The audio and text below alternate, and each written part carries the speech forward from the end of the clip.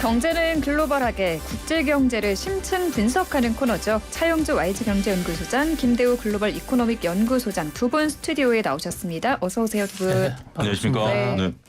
밤사이 오펙 플러스가 원유 생산 감산 계획을 내놨습니다. 하루에 200만 배럴 감산하겠다고 하는데요. 200만 배럴이 어느 정도인가요? 200만 배럴은 지금 전 세계에서 소비되고 있는 이 원유량의 약 1%를 웃도는 상당히 큰 규모입니다. 바로 지난달에 네. 오페크가 10만 배럴을 감산하겠다 해서 10월 달에 지금 시행을 하고 있거든요. 그때도 큰 충격을 받았었는데 이번에는 200만 배럴이니까 적어도 나타난 숫자로 보면 상당한 규모의 감산을 한다. 이래서 바이든 대통령은 지금 화가 많이 났죠. 국제적으로 사우디를 향해서 불편한 심기를 드러내고 단기적으로 보지 마라. 러시아에 줄 서지 마라. 이렇게 경고를 하렸습니다마는 네. 그러나 200만 배럴에는 좀 암수가 있어요. 무슨 말씀이냐면 지금 현재 석유 생산 시설 문제로 또는 원유 수요 감소로 해가지고 지금도 오페크 국가들이 약 한 그 110만 배럴을 현재 목표한 금액에 목표한 분량에서 생산을 하고 있지 못합니다. 그러니까 가만히 있어도 110만 배럴은 지금 감산이 되어 오고 있는 겁니다. 실질적으로. 네. 그렇기 때문에 이번에 겉으로는 200만 배럴이라고 했지만은 그 110만 배럴을 빼고 나면 실제로는 90만 배럴 정도 줄이는 거고요. 현재 이 원유 수요 감속 속도, 경기 침체 또는 금리 인상으로 인한 그 속도를 감안할 때 이 정도 규모는 유가에 아주 결정적인 영향을 줄 정도는 아니다. 그래서 현재 약 한 80달러에서 90달러 선에 현재의 그 국제 유가가 그대로 뭐 크게 변화 없이 유지될 것이라는 이런 주장도 있는 상황이거든요. 물론 네. 이제 심리적인 영향 같은 걸 생각하면 앞으로 국제 유가가 어떻게 될지는 모르겠습니다만은 사실은 미국이 주도할 당시에 셰일가스로 국제 원유 가격의 마지노선 한 65달러를 적정선으로 잡았는데 네. 현재 오펙은 80에서 90달러 선을 보고 있는 것 같습니다. 그래서 200만 배를 하니까 뭐 대단히 많은 것 같고 실제로 많기는 하지만 네. 그러나 생각보다도 그 충격은 그렇게 크지 않을 수 있다라는 이런 전망도 있다. 이런 말씀을 드리고 싶습니다. 실제로 감산 계획 나오고 유가 상승률이 1% 상승에 그쳤더라고요. 저는 오히려 네. 제가 충격을 좀 받았습니다. 왜 충격을 받았냐면 네. 유가가 움직이는 부분들은 박사님 말씀하신 것처럼 그렇게 크진 않아요. 근데 지금 이게 오펙 플러스죠. 오펙 플러스는 러시아까지 포함이 된 겁니다. 네네. 러시아까지 포함이 돼서 선거를 한 달 앞둔 미국을 향해서 미국 입장에서는 지금 유가를 억누르려고 하고 있는데 그렇죠. 물론 이제 전체적인 부분들을 봤을 때는 한 90만 배럴 정도 주전 정도밖에 안 되긴 합니다만 미국을 상대로 사우디가 역대 이런 모습을 보였다라고 저는 보이지는 않거든요. 모르겠습니다. 제가 이제 사회생활하면서 처음 보는 것 같고 그 미국 대통령이 이런 어떤 다른 나라들의 경제 정책 그리고 어떤 뭐 협의체 정책을 가지고 본인이 이렇게 화를 냈다라는 것도 저도 처음 본 것 같아요. 그렇기 때문에 지금 어떻게 보면 글로벌 각국들이 자원이라든지 아니면 헤게모니 싸움에 있어서는 이제 과거처럼 미국의 영향력이 많이 없어졌고 서로 간의 어떤 자신들의 영향력을 극대화하려고 하는 노력들이 보인다라면 우리나라 입장에서는 상당히 곤혹스러운 상황이 더 연출될 수 있다. 저는 좀 그런 면에 있어서는 좀 충격을 받았습니다. 자원 카르텔이라고 할 수 있겠죠. 뭐 그렇죠. 지금 뭐 이건 뭐 특별히 지금은 원유뿐만이 아니라 뭐 어떠한 형태로든지 되겠죠. 뒤에가 설명드리겠습니다만 지금 뭐 미국 같은 경우는 중국을 향해서 완전히 더 옥죄는 법안들을 만들어내고 있지 않습니까? 뭐 글로벌 상황이 녹록치 않다 이렇게 정리해야 될 것 같습니다. 바이든 미국 대통령이 지난 7월에 또 사우디에 가서 왕세자를 만나서 좀 증산을 해달라고 말을 했지만은 정말 청개구리처럼 오히려 막 증산 계획을 발표했다가 금방 철회를 하고 금방 또 감산을 하고 막 그랬었잖아요. 이제 정말 미국의 파워가 더는 통하지 않는 그런 모습입니다. 급한 건 이제 미국인데 바이든 대통령이 미국이라고 하면 바이든 대통령이죠. 이제 선거 한 달 앞뒀습니다. 선거 한 달 앞둔 상태에서 뭐 여러 가지 부작용이 있습니다만 킹달러라든지 이런 것들로 인해서 물가 안정을 취하고 있다라는 게 현재 지금 뭐 경제계에서 보는 거거든요.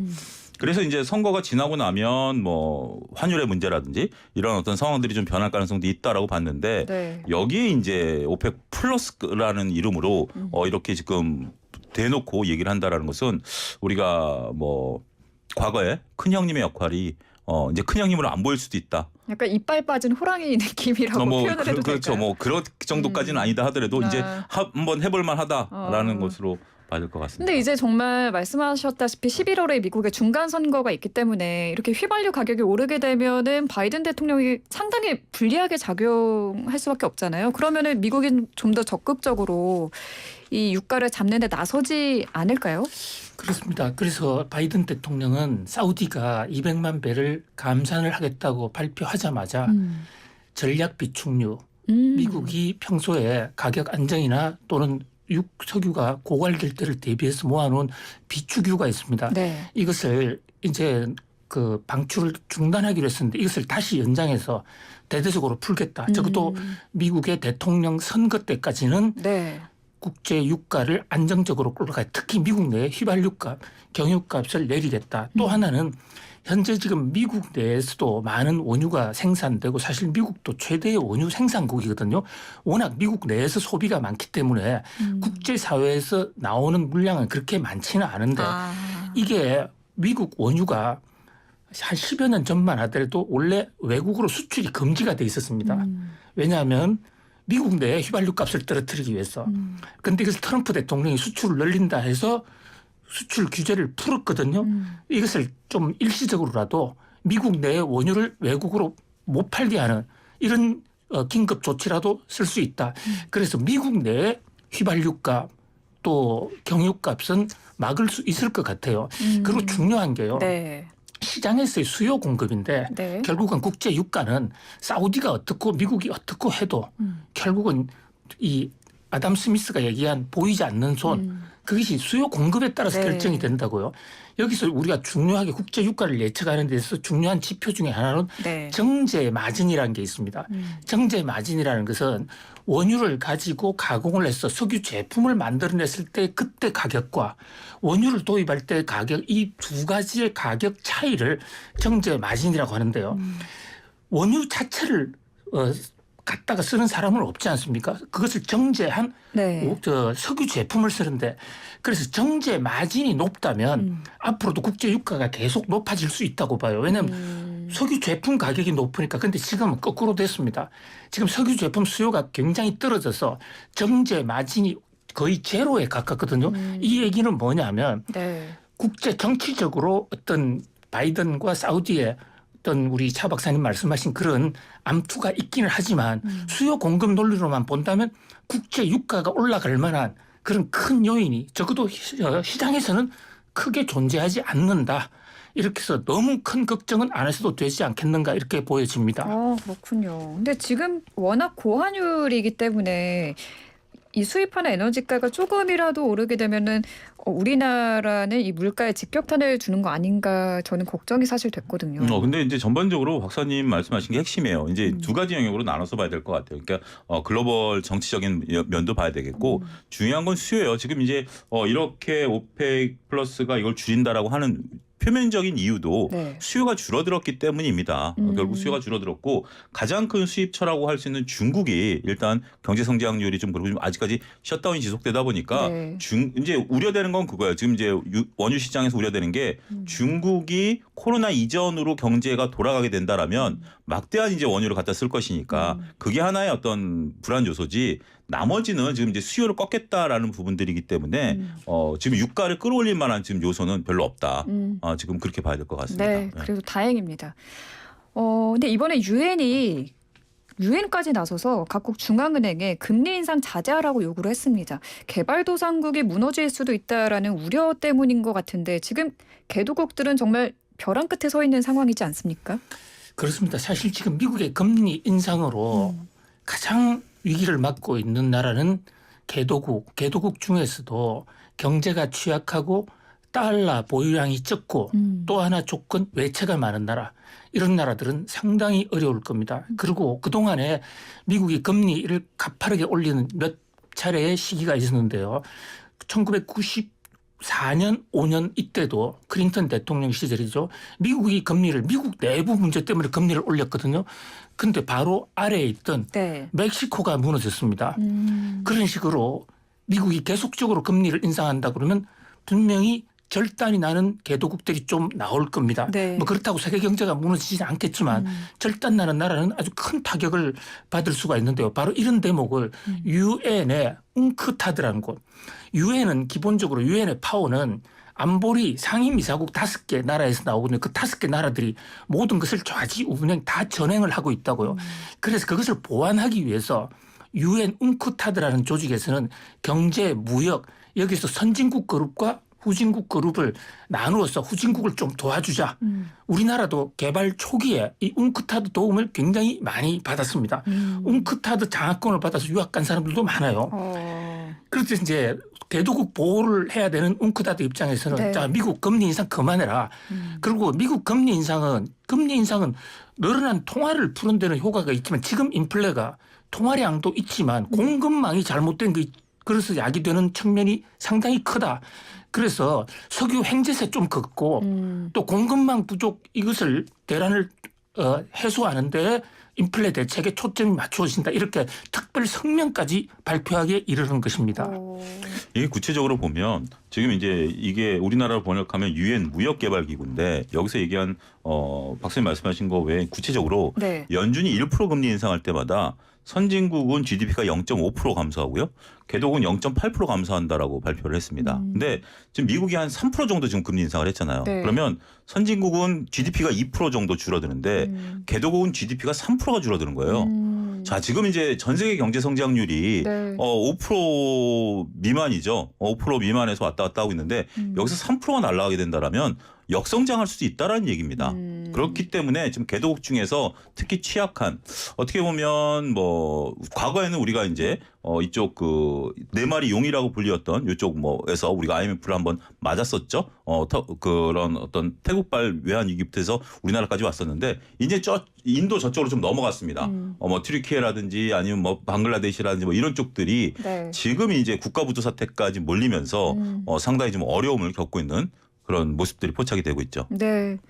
그래서 이제 기준금리 너무 급격하게 올리지 마라. 금리 인상을 자제하라고 했는데 미 연준은 조기에 금리 인하 없다고 밝혔죠. 찬물을 확 끼얹었어요. 꿈 깨라. 저는 이렇게 들렸거든요. 근데 이게 좀 이렇게 보셔야 돼요. 지금 이제 금리 인하 문제라기보다는 연준은 지금 올해 125bp 금리 인상에 대한 부분들은 이미 예고가 돼 있는 상황입니다. 네. 그리고 이걸 걷어들일 만한 어떠한 뭐 또 경제 지표도 아니에요. 경제 지표는 지금 그 정도까지 하는 건 좋아요. 근데 지금 이제 연준이 내세우고 있는 게 내년 올해 이제 금리 목표치가 4.4, 내년도 4.6인데 네. 최근에 지금 요 며칠 흐름을 보게 된다라면 올해까지는 금리 인상을 하는 것은 오케이. 내년도에는 그러면 조금 쉬어갈 수 있지 않겠는가? 이런 얘기들이 조금 증권가에서 이제 금융가에서 도는 거죠. 그냥 시장에서 도는 얘기인 거죠. 근데 그게 이제 나타난 게 10년물 국채 금리가 꺾인 겁니다. 10년물 국채 금리가 4%대에서 3.6까지 꺾인다라는 것은 결국 내년도에는 금리 인상을 급격하게 최소화하지 않을 것이다라는 거. 서로 만약에 경기가 살아나면 오히려 금리를 인하할 수도 있다. 여긴 좀 앞선 얘기지만 올해와 같은 스탠스는 올해로 끝날 가능성이 있다라고 지금 금융계에서는 보는 거죠. 이게 반응한 게 10년물 국채 금리가 꺾였다라는 거고 이런 것 때문에 지금 미국 증시가 3일 연속 상승세의 흐름을 그렇죠. 보일 수 있었던 중요한 원인이다 이렇게 말씀드릴 수 있습니다. 이 차영주 박사님 아주 핵심 포인트 잘 짚어주셨는데요. 지금 세계 경제 특히 뉴욕 증시가 큰 변동성을 보이고 있고 특히 최근에는 아주 큰 폭으로 올랐거든요. 네네. 왜 이렇게 갑자기 뉴욕 증시가 올랐느냐. 바로 금리 상황에 중대한 지금 변화가 왔기 때문입니다. 현재 지금 금리는 누구도 알 수 없지만 시장에서 좀 전망하는 것 중에 가장 대표적인 지수 중에 하나가 실제 투자가들이 배팅을 하는 게 있어요. 그걸 보면 금융 전문가들은 금리를 어떻게 보느냐 이걸 알 수가 있는데 그게 이제 패드와치라고 그러는 시카고 CME 거래소에서 선물 거래로 나타나는 지수가 있습니다. 여기에는 11월 달에 금리를 얼마 인상할 것인가 하는 이런 전망도 나오지만 네.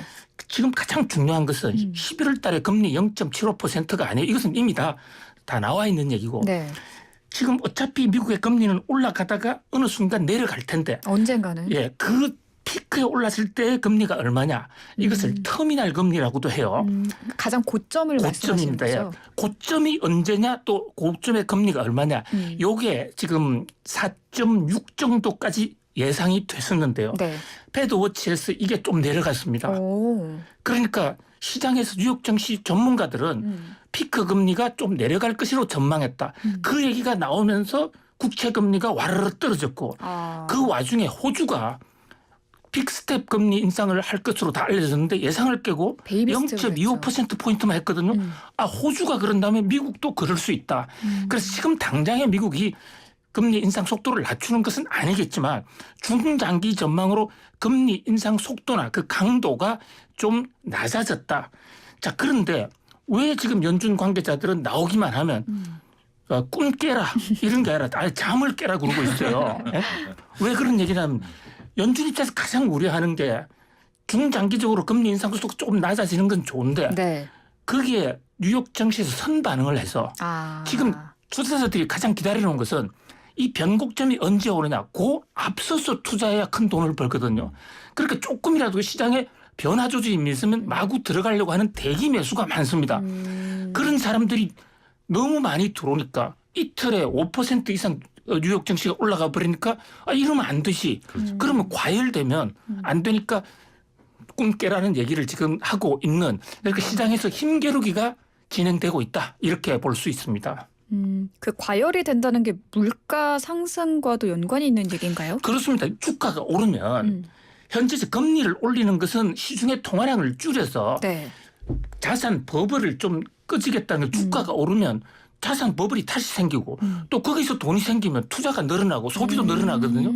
그러니까 연준은 기본적으로 금리 인상하는 동안에는 아주 질서 있는 조금씩 그걸 골디락스 하락이라고 그러는데요. 조금씩 하락했으면 좋겠는데 갑자기 그 폭증을 하거나 주가가 오르는 것은 지금 연준 입장에서는 금리 인상 정책에 상당히 그 역부작용이 날 수가 있다고 해서 상당히 지금 부담스러워하고 있다 이렇게 볼 수 있습니다. 근데 괜히 시장에 희망을 줘서 물가를 잡는데 방해가 될 수 있기 때문에 그렇습니다. 자꾸만 꿈 깨라 이런 메시지를 내놓는 거군요. 그렇습니다. 근데 뉴욕 증시가 말씀하신 것처럼 지난 이틀 동안 정말 상승세를 탔는데 오늘은 3거래일 만에 하락을 했더라고요. 네. 어떤 이슈가 있었나요? 아닙니다. 그러니까 어느 정도 시장에서는 근데 이제 역설적으로 지금 시장에서 시장은 뭐 벌써 읽어낸 거죠. 10년 국채 금리가 3.6까지 떨어졌다는 걸 읽어낸 건데 연준 의원들의 발언들을 또 이제 달리 해석하겠죠. 아, 니네들이 좀 급하긴 하구나. 결국 니네들도 시장을 이길 수는 없겠구나. 영국이 보여줬죠. 시장을 이길 수 없다라는 걸 영국이 보여줬기 때문에 네. 시장은 그렇게 보는 건데 이틀 연속 지금 미국이 올라간 것을 보면 네. 필라델피아 반도체 기준으로 봤을 때 8% 가까이 올랐거든요. 굉장히 많이 오른 거예요. 그러네요. 오른 거에 또 오른 거니까. 네. 오른 거에 또 오른 거니까. 근데 이 정도라면 오늘 정도는 숨고르기가 나온 차례였었어요. 근데 숨고르기가 나올 때 모습이 굉장히 중요합니다. 만약에 단기적인 시각이었다라면 지금 같은 장에서 이틀 사이에 8% 수익이 났다라면 굉장히 좋은 수익률이죠. 1년치 뭐 채권 금리 이상 수익이 났는데 네. 그런 것들에 대한 매물들을 받아냈다라고 보면 오늘 새벽에 끝난 미국 증시 같은 굉장히 강한 상태의 모습을 보여주고 있다라고 보여집니다. 우리나라 시장에서도 삼성전자나 SK하이닉스도 마찬가지입니다. 특히 SK하이닉스 같은 경우 이틀 사이 10% 가까이 올랐어요. 지난 금요일 대비해서 10% 가까이 올랐는데 오늘 약간의 보합세 정도 지금 나타나는 걸로 있거든요. 네. 그러면 지금 같은 불안한 장의 바닥에서 어떻게 운 좋게 잡으신 분이 10% 이익이라면 충분히 차익을 실현하고 싶은 욕구가 나겠죠.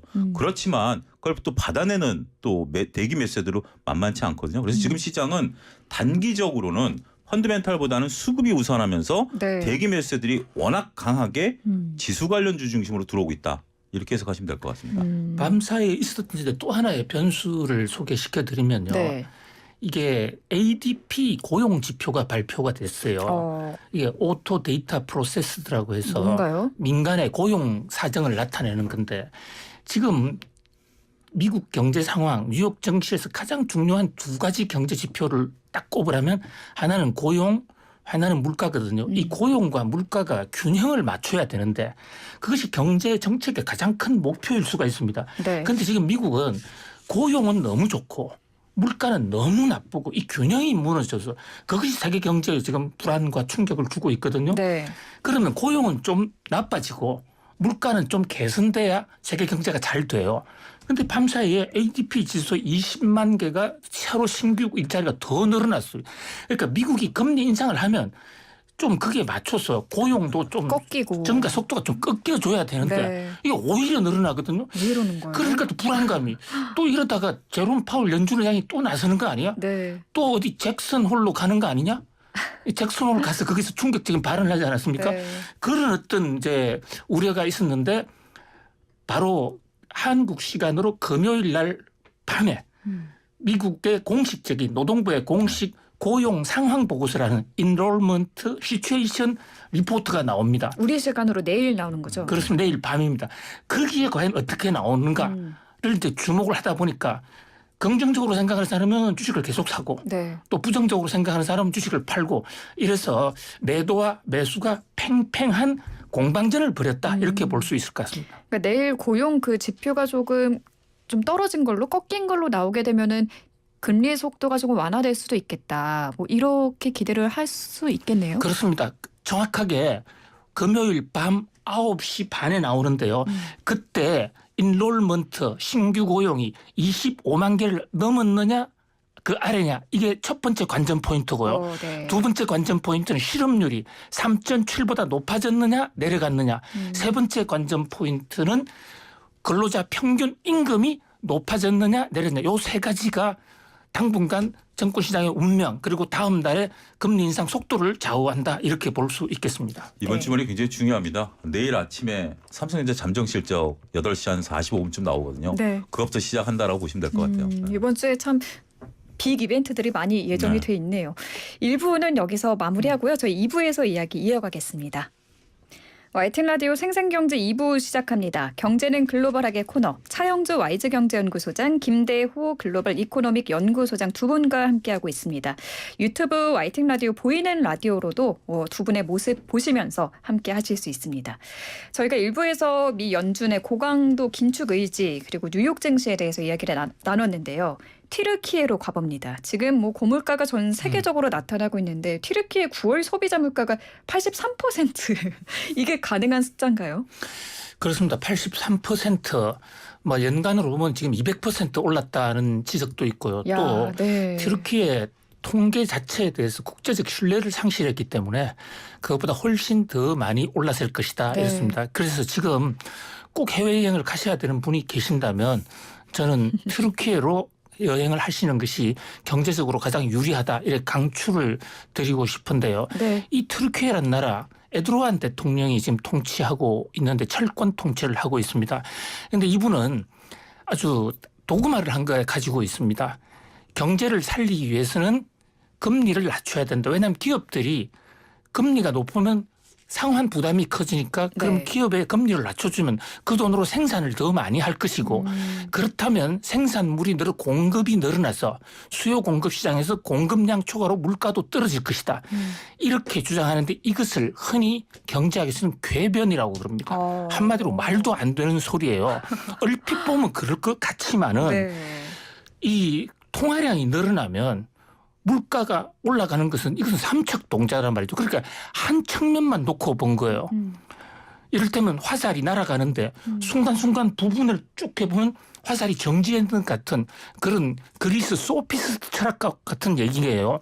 그런데 이것을 신봉을 해서 금리를 올리자 통화량을 줄이자는 중앙은행 총재들을 전부 다 해고했습니다. 그러니까 지금 이 일방적인 금리 인하가 가져오는 폐해를 지금 공부하기는 아주 좋은 하나의 경제학의 실험장이 되어 있거든요. 엄청난 속도로 지금 물가가 떨어지고 있는데 문제는 저는 걱정이 하나 있습니다. 튀르키예야 우리나라하고 별로 교류도 없고 뭐 그쪽이 무너진다 해서 세계 경제에 큰 충격을 줄 것 같지는 않은데요. 네. 한국이 네. 몇 년 전에 튀르키예와 통화 스와프를 했습니다. 2조 원 이상 통화 스와프를 해서요. 네. 현재 한국 돈을 갖다가 쓰고 있어요. 자기 나라 튀르키예 리라화가 가치가 떨어지니까. 그래서 만약에 터키 경제가 무너졌을 때는 우리 돈이 거기에 연쇄적으로 작용을 할 수 있다. 그런 면에서 우리 정책 당국자들은 참 이상하죠. 미국과의 통화 스와프는 끝내버리고 일본도 끝내버리고 터키하고는 신규로 맺었습니다. 물론 터키의 물건을 좀 더 팔아먹기 위해서 에르도안 대통령의 요구를 들어준 측면은 있습니다마는 네. 그러나 이 터키의 경제의 이 불안이 남의 일만은 같지 않다. 뭐 그런 면에서 조금 안타깝기도 합니다. 이게 지금 보면 튀르키예가 지난해에 금리가 19%였고요. 지금 이제 금리가 한 12%까지 떨어졌습니다. 박사님 말씀하신 것처럼 중앙은행 총재를 갈아치우면서도 금리 인하를 하고 있는데 내년 6월 달에 이제 그 총선이 있는데 그때까지 한 자릿수까지 금리를 끌어내리겠다라고 공언을 하고 있습니다. 잘 아시다시피 지금 전 세계가 금리를 다 동반해서 올리고 있는데 네. 중국만 지금 좀 내리고 일본은 뭐 그냥 가만히 있는 거고 네네. 중국만 내리고 있는데 이 튀르키예가 조용히 금리를 계속해서 내리고 있죠. 그러다 하다 보니까 작년 대비해서 리라 화폐 가치가 27% 거의 30% 가까이 폭락을 해버렸어요. 폭락을 해버린 상태고 여기에 이제 S&P라는 국가 신용 이제 기관에서 신용 등급을 BB 플러스에서 B로 낮췄습니다. 지난달에. 네. 이렇게 된다라면 글로벌 시장에서 채권을 발행해서 우리도 이제 뭐 외환채라든지 국채를 발행해서 자금을 조달하는데 자금 조달이 힘들어져요. B급 정도 되면 취급할 수 있는 데가 없다라고 봐야 되겠죠. 그렇게 된다라면 이게 문제가 굉장히 커질 수가 있는 건데 뭐 여러 가지 이유가 있겠죠. 근데 지금 이제 이 대통령이 얘기한 것은 공급 사이드를 얘기했는데 지금은 이제 경제라는 게 수요와 공급이 서로 간에 어떤 의기가 투합이 돼야 되는 거거든요. 수요자가 요구하는 걸 공급을 해야 되는 건데 네. 옛날에 우리가 이제 뭐 60년대처럼 물건만 만들면 팔리던 시대가 아니지 않습니까? 그런 것들이고 더군다나 지금 튀르키예가 자기네 나라 국경을 봉쇄해가지고 자기네 나라 안에서만 하는 게 아니라 전 세계적으로 되는 건데 이렇게 지금 금리가 떨어지고 통화 가치가 떨어지게 된다라면 어떠한 글로벌 외국 투자자들이 여기 들어가겠습니까? 안 들어가죠. 그렇기 때문에 지금 튀르키 문제는 이제 여러분 튀르키예 혹시 혼동되시는 분이 있으실까 말씀드리는데 터키입니다. 터키가 이름을 튀르키예로 공식적으로 이름을 바꿨기 때문에 저희가 튀르키예라고 쓰고 있는데 이렇게 지금 이제 어떻게 보면 이것도 하나의 미국의 금리 인상이 몰고 온 사태일 수도 있죠. 물론 이제 튀르키예가 경제에서 잘못하고 있지만 여기에 더 플러스 알파를 더했다라고 보면 되지 않을까 싶습니다. 일부 언론에서는 이 튀르키예가 헛발질을 해서 세계 경제를 구렁텅이로 몰아넣고 있다 이렇게도 표현을 했는데 영국도 최근에 이 이슈가 있지 않았나요? 한 열흘 전쯤이었나요? 감세 정책을 내놓아서 글로벌 경제가 또 출렁였었는데 결국에 이 감세안을 일부 철회했습니다. 그런데 불씨가 여전하다는 평가가 많더라고요. 철회를 하면 끝난 게 아닌가요? 그렇습니다. 지금 영국이 선진국 중에서는 가장 취약한 고리입니다. 만약 흔들린다면 영국이 흔들릴 수가 있는데요. 이게 1967년에도 소로스라는 미국의 헤지펀드, 미국의 자그마한 헤지펀드 하나하고 영국 정부가 정면으로 붙은 적이 있어요. 그때도 지금과 같은 비슷한 내용이 있습니다. 어떤 정부가 돈을 퍼주기 하고 또 세금을 깎고 이런 상황에서 그렇다면 소로스 입장에서는 마르크화가 떨어질 거야. 그러면서 마르크화를 투매하는 그런 해칭을 했는데 그게 네. 영국 정부가 져서 항복을 했거든요. 그래서 선진국 중에서는 처음으로 IMF 구제금융을 받았던 적이 있습니다. 그래서 노동당 정부가 무너지고 마가레트 대처가 등장을 한 것이에요. 지금 트레스라는 미국 신임 총리 이분은 마가레트 대처 키드입니다. 마가레트 대처 키드처럼 자유보수주의 그리고 경기를 좀 살려보자 이런 주의이긴 한데 네. 마가레트 대처의 장점 중에서 한 가지만 배웠어요. 그 세금을 깎아주는 것도 마가레트 대처도 했습니다. 그런데 마가레트 대처는 세금만 깎는 것이 아니라 세출 쪽에서 많이 깎아서 정부의 재정 적자를 크게 줄였다고요. 지금 영국의 문제는 네. 감세 그 자체보다도 감세를 하긴 하는데 네. 재정 적자를 메꿀 대책은 아무것도 내놓지 않은 겁니다. 그러면 영국 국가가 부도날 수 있고 그쵸. 그러니까 파운드화가 가치가 지금 떨어지고 있거든요. 이 트레스라는 신임 총리 이분은 원래 옥스퍼드 대학에서 정치 철학 경제학이라는 좀 우리나라에는 없는 그런 것을 공부한 분인데 사상적으로 어떤 기업이 우선이다. 기업이 잘 돼야 낙수 효과도 생긴다. 그래서 기업을 좀 몰아주자. 뭐 부자를 몰아주면 결국 다 같이 잘 된다 이런 생각을 갖고 있는데 재정 적자에 대해서는 별로 좀 생각이 없는 것 같아요. 영국은 한때 잘 나갈 때는 이렇게 됩니다. 식민지가 있으니까 네. 그 재정 적자분 다 메울 수가 있는데 지금은 엘리자베스 여왕도 가셨지만은 영국 식민지가 없어요. 그런데 착각을 과거에 세계를 누리던 시대 해가 지지 않는 영국의 그런 시대에 경제 정책을 펴고 있다. 그런 면에서 지금 막 2시간 전에도 피치라는 신용평가기관 신용등급을 좀 낮추었더라고요. 영국에 대해서요. 네. 무디스는 아예 경고를 했고요. S&P도 등급을 좀 낮추었습니다. 그런 면에서 영국이 정신을 차리지 않으면 영국발 위기가 재발될 수 있다는 그런 걱정이 있습니다. 지금 이제 가장 걱정인 게 몇 가지 상황들을 나타내 보면 일단 뭐 긍정적인 면 간단하게 먼저 말씀드릴게요. 일단 영국이 감세안을 얘기를 했다가 이게 이제 시장에서 이제 전 세계를 흔들어 놨죠. 그렇죠. 그러다 보니까 이제 영국의 국민연금이 흔들려 버리는 거예요. 거기에 이제 막대한 국채를 보유하고 있는데 그러다 보니까 이제 자국 내에서도 또 여론이 만만치가 않죠. 그래서 우리나라 돈으로 약 100조라는 돈을 쏟아부어서 무제한 국채 매입을 하겠다. 네. 자, 100조 정도 쏟아부었습니다. 그러다 보니까 시장이 그래 조금 니네가 좀 생각을 바꿀 수 있겠구나. 거기에 플러스 알파 감세안을 일부 철회. 그러니까 이제 극히 고소득층에 대한 전부 다는 아니고 아주 미세한 철회지만 어찌됐든 신용을 했다라는 거죠. 새로운 신임 총재가 첫 정책이었는데 나름대로 그 정책을 좀 후퇴했다라는 걸 보면 저는 좀 나름대로 용기 있는 평가다. 시장에 나름대로 평가다라고 해줄 수는 있을 것 같아요. 네.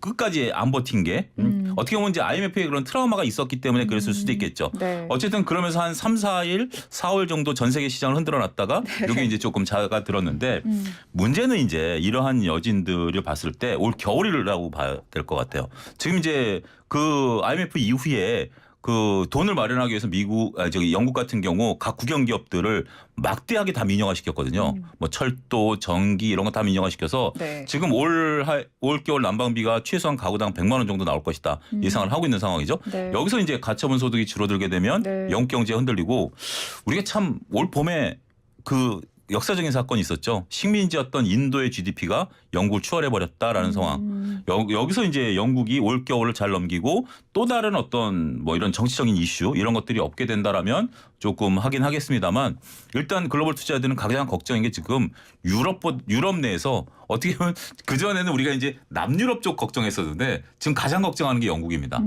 물론 이제 유로존에 들어가 있지는 않긴 합니다만 네네. 영국이 흔들려서 그 유럽 쪽을 다 흔들어 버리면 이제 킹달러가 더 유지가 되는 이런 부분들 때문에 지금 영국이 일단 어찌됐든 조금 뭐 좀 관심권에 지금 들어와 있는 상황이다라고 말씀드릴 수가 있겠죠. 영국이 이 감세안을 폐지를 하면서 파운드화도 상승을 하고 이 달러 약세도 보이면서 좀 꺾였죠. 시장도 예. 튀어오르고 예, 예. 원달러 환율도 꺾였었는데 그렇죠. 근데 이렇게 영국으로 인해서 강달러가 다시 또 나타나게 되면 우리나라도 피해를 볼 수 있기 때문에 그렇죠. 지금 이제 우리나라 환율을 움직이는 뭐 여러 요소 중에 하나 가장 큰 게 달러 인덱스에 따라서 움직이는 거니까 지금은 이제 나름대로 좀 1,410원대까지 조금 빠졌긴 합니다만 네. 아직까지는 불안하죠. 네. 그래서 그 부자 감세로 재정 위기 우려를 키우고 있는 영국과 튀르키예 격한 표현으로 헛발질을 하고 있는 이런 나라들의 경제 상황도 짚어봤는데 스위스 얘기도 해볼게요. 투자은행인 크레디트 스위스 뭐 파산 이야기까지 나오더라고요. 지금 스위스 상황은 어떤가요? 이게 이제 CS에 대한 그러니까 이제 크레디트 스위스에 대한 이제 부도 통화 수합이라고 해서 우려감을 나타내는 지표가 있는데 이게 지금 5.5까지 올라왔어요. 그렇다라는 것은 2008년 서브프라임 때보다 더 높습니다. 그 근본적인 이유가 갑자기 왜 스위스가 또 튀어나오느냐? 전 세계가 걱정 뭐 바람 잘 날 없다라고 보는데 네. 영국과 미국에 이제 투자했었던 것들이 문제가 좀 됐습니다. 그러니까 이제 우리가 2020년 이렇게 막 투자했던 것들이 이제 뻥뻥 터지기 시작했는데 특히 미국 쪽에 투자했던 것들이 44억 달러, 우리나라 돈으로 약 6조 3,500억이 날아가 버렸어요. 막대한 돈이죠. 어떤 금융기관 입장에서 본다라면 6조라는 돈이 날아가 버렸다라는 것은 이거는 어마어마한 수치입니다. 네. 그래서 일단 지금 뭐 전국 이쪽에서는 뭐 감원 등을 펼치고 있고 나름대로 이걸 해결해 나가겠다. 뭐 큰 문제는 아니다라고 하고 있는데 과연 근데 이제 지금 이제 경제가 탄탄할 때는 어떻게 보면 한 나라의 이슈로 그냥 끝내버릴 수도 있어요. 근데 지금 스위스가 이렇게 흔들리게 되면 네. 이것도 또 환율에 미치는 영향이 있거든요. 전체적으로 봤을 때 그 달러 인덱스 내에서 지금 가는 게 가장 큰 게 그 유로화, 그다음에 영국 파운드화, 그다음에 스위스 화폐예요. 그런 부분들 때문에 물론 이제 엔화 빼고 나면 이제 유럽 쪽만 보면 네. 그런 부분들 때문에 이런 것까지 우리가 지금 걱정해야 되는 상황이 안타까운 거죠. 그러니까 이제는 어떤 한 나라만의 상황과 이야기가 아니라 이게 진짜 환율로 다 연결이 되기 때문에 우리나라에까지도 영향을 직접적으로 다 미치는 것 같습니다. 그렇습니다. 스위스 하면 우선 우리 지금은 이름을 최서원으로 바꾼 최순실 씨를 연상을 하지 않을 수가 없습니다. 최순실 씨의 숨겨놓은 돈이 스위스에 있다 이런 지적이 국회의원들 사이에서 많이 나왔죠. 그리고 실제로 최순실 씨, 최서원 씨가 딸을 데리고 스위스에 많이 갔었습니다. 그게 돈이 있었는지 없었는지는 모릅니다만은 자, 왜 스위스에다가 돈을 집어넣느냐. 거기가 근대 금융의 팔상지입니다. 원래 프랑스에 귀족들이 많았는데요. 1789년 프랑스 대혁명이 일어나서 마리 앙뚜아네를 처단하는 일이 있었습니다. 네. 그때 프랑스에 돈 있는 사람들, 귀족들이 전부 스위스로 도망을 가서 거기서 은행업을 합니다.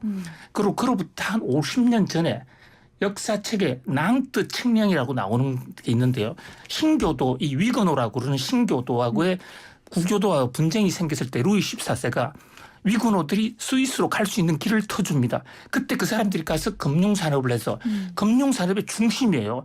그런데 그 중심지 금융산업에서 CS라는 회사, 크레디 스위스라는 회사거든요. 네. 이 회사가 지금 부도가 난 게 아니냐 해서 지난 주말에 네. 유럽 증시가 난리가 났었습니다. 그런데 이제 사실은 그게 아니다라는 보고서가 나오면서 또 주가가 올라가기도 했어요. 불안 요인은 있습니다. 그런데 네. 이 회사는 지금 현재 글로벌 위기하고는 별로 관계가 없고요. 종전에 투자를 잘못한 게 이제 지금 저 어려울 때 취약한 포인트로 다가오는데 한국계 미국인이 지금 미국서 운영하던 펀드 거기에 투자했다가 큰 손실을 봤어요. 한국 사람이 참 국제적인 무대에서 많이 뛰고 있죠. 그런데 현재로서는 크레디 스위스 입장에서는 네. 뭐 이 정도는 충분히 극복하다. 그런데 우리가 10여 년 전에 미국발 금융위기 때 리만 브라더스 때 한번 세계 경제가 휘청했지 않습니까? 그게 금융위기의 도화선이 있죠. 네. 그래서 자라보고 놀란 가슴 소뚜껑 보고도 놀란다 해서 CS 사태에 큰 충격을 받았는데 지금 현재까지 나온 분석으로는 뭐 그 공포가 거하다. 그래서 지금 CS가 이달 말에 그 재무 상태를 이제 공표를 합니다. 그때 네. 한번 지켜볼 필요가 있을 것으로 보입니다. 지금 파악에 나선 상황이죠. 네. 지켜보도록 하겠습니다. 우리나라 이야기를 좀 해볼게요. 경상수지에도 최근에 빨간불이 들어왔습니다. 9월 무역수지 6개월 연속 적자를 기록했다고 하죠. 지금 이 상태 환율에서는 우리가 이제 전반적인 뭐 무역 수지에서 경상수지 포함해서 흑자를 내기가 어렵죠. 기본적으로 일단 뭐 수출이 안 되는 거는 뭐 오히려 논외를 칠 수 있을 정도로 원자재를 수입해 오는 거, 우리가 이제 막대하게 들어오고 있는 고정 원자재가 있지 않습니까? 그 부분을 지금 1,200원에서 1,400원으로 계산해 버리면 답이 안 나오는 거죠. 그러니까 원달러 환율이 오르면서 수입 가격이 수입 가격이 뛰어버려서 올라가는 거죠. 수입 가격이 올라오고 여기에 이제 또 불을 좀 지핀 것이 우리나라 수출 산업 중에 가장 큰 수위를 차지하고 있는 반도체가 지금 중국으로 좀 많이 못 들어갔어요. 중국이 공장 가동이 보통 이제 중국 같은 경우는 2분기 정도의 공장 가동이 굉장히 많이 되고 3분기까지 이어지고 이게 이제 미국의 소비 시즌 4분기에 맞춰서 일어나는 상황이에요. 그래서 4분기부터 좀 그 생산이 줄어들고 1분기는 비수기고 반도체 같은 이제 그런 사이클을 통상적으로 그리고 있는데 네. 2분기, 3분기 때 중국이 셧다운이 막 들어가면서 우리가 이제 많이 못 들어갔어요. 그러다 보니까 이게 지금 무역 수지가 이렇게 안 좋아지고 있는 상황이다.